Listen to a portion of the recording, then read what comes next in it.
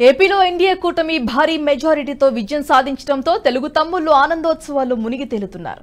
ఎన్నికల్లో టీడీపీ ఘన విజయం సాధించి చంద్రబాబు తిరిగి సీఎంగా బాధ్యతలు చేపట్టడంతో టీడీపీ శ్రేణులు మొక్కులు చెల్లించుకుంటున్నారు. టీడీపీ గెలిచిన సందర్భంగా తిరుపతిలో కొబ్బరికాయలు కొట్టి తమ మొక్కు చెల్లించుకుంటున్నారు.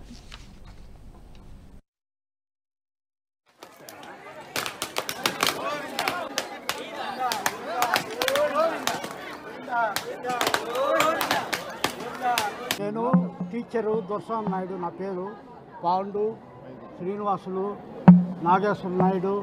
మేమందరము మొక్కున్నాము వెంకటేశ్వర స్వామికి.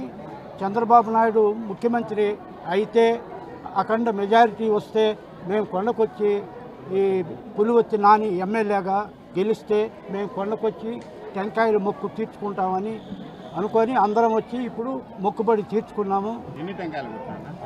501 టెంకాయ కొట్టాము. నారా చంద్రబాబు నాయుడు గారు అఖండ మెజారిటీతో కలవడం, పులివర్తి నాని గారు మెజారిటీతో కలవడం వల్ల మేము తిరుమల వారికి వెంకటేశ్వర స్వామి వారికి మొక్కున్నాము.